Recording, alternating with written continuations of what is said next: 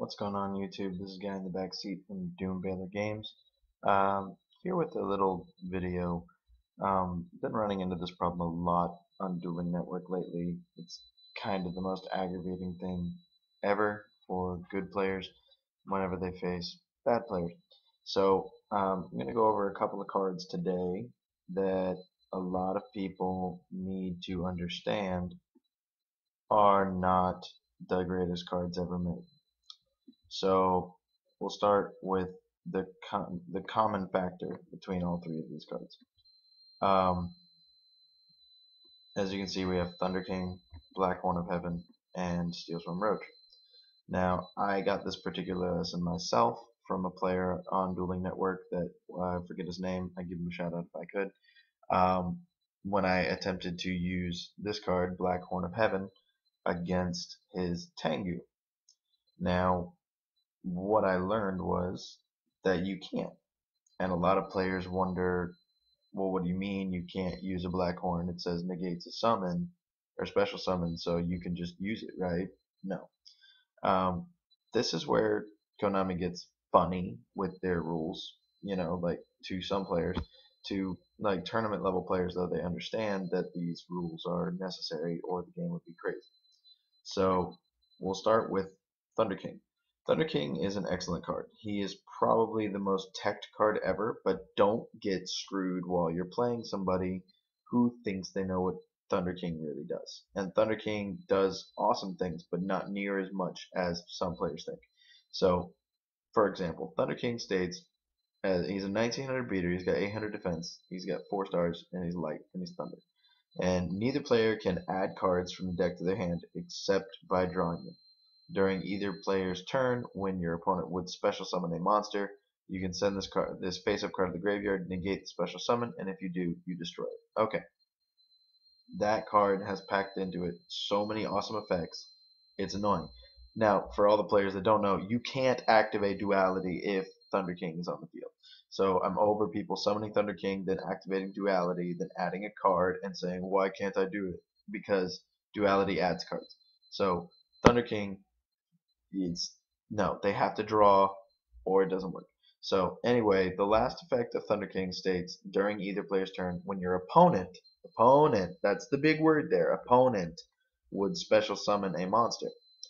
That means that the opponent takes on the action of special summoning, not the card itself. So, for instance, you can activate Thunder King if your opponent attempts to remove 2 monsters from the graveyard, a light and a dark, to summon Blackluster Soldier Envoy at the beginning. They can do that because Blackluster Soldier is special summoned by a player by removing from play a light and a dark monster. That's how that works. So you can, at that point, tribute off Thunder King and then destroy their monster. So kudos to you for understanding that much. Now, if the opponent activates Monster Reborn to bring back a Blackluster Soldier that you killed, not in that previous situation, but in the current summon, like say they summon it properly, you Darkhold, they activate Monster Reborn, you have a Thunder King, you cannot activate Thunder King's effect because it is a spell card special summoning the monster. This is how inherit summons work. Thunder King can negate inherit summons. He cannot negate any special summon. Same with Black Horn of Heaven. Same with Steel Swarm Roach. All 3 of these cards state that you can detach to negate the special summon, or you can activate and negate a special summon. Basically, a lot of stuff misses timing. That's why Black Horn of Heaven is main decked in a lot of decks.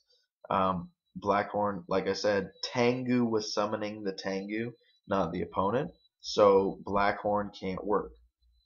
Just like if my opponent activates, well, you can't chain to super poly, but say they activate polymerization. Polymerization is summoning the monster, so you can't Black Horn of Heaven that. If uh, whatever that is, Fusion Gate summons a monster, that's Fusion Gate summoning the monster, not that. So Blackhorn and T King both don't work in that scenario. Now, granted, if they summon a Cyber Dragon, you can pop off a Thunder King or activate a Blackhorn. If they summon an Xyz monster, which is a player summoning it in that scenario, or a Synchro monster, you can activate Blackhorn, or you can activate T-King, or you can activate Steelstorm Roach, unless it's an Exceed, of course, then he can't work, because it has to be a level 5 or higher monster. So, just saying. Now, the big argument is, well, if those can't negate summons, how come Solemn Warning can? Well, Solemn Warning is worded in a whole different way, which is why it is the god amongst the trap cards right now. It is an amazing card. First off, it's counter speed.